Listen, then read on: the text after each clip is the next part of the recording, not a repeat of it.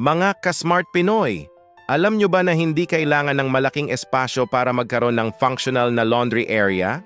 Tama ang narinig nyo. Kahit maliit ang bahay, pwedeng-pwede magkaroon ng maayos na labahan. Alam kong marami sa atin ang nahihirapan sa limitadong space.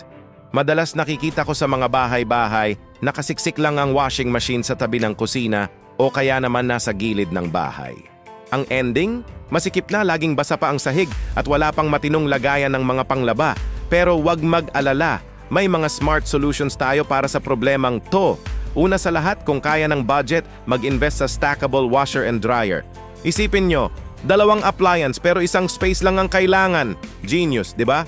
Para naman sa mga damit na kailangang sampayan, mag-install ng wall-mounted drying racks. Ang maganda dito, foldable siya kaya pwedeng itago kapag hindi ginagamit. Instant space saver.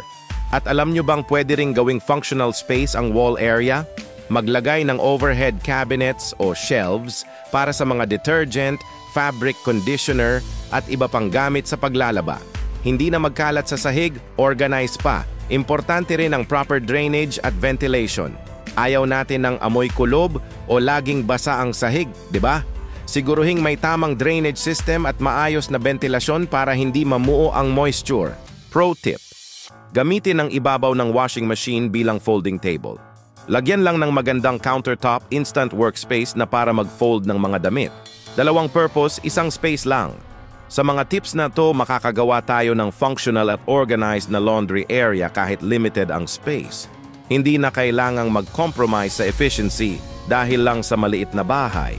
Abangan nyo ang susunod naming video kung saan tatalakayin naman natin ang mga budget-friendly kitchen backsplash ideas para sa mga katulad kong practical at matipid. Kung na-inspire kayo sa mga tips na to, i-like at i-share nyo ang video na to sa mga kaibigan nyong may same dilemma. Mag-subscribe na rin kayo sa Smart Pinoy para sa more home improvement tips and tricks.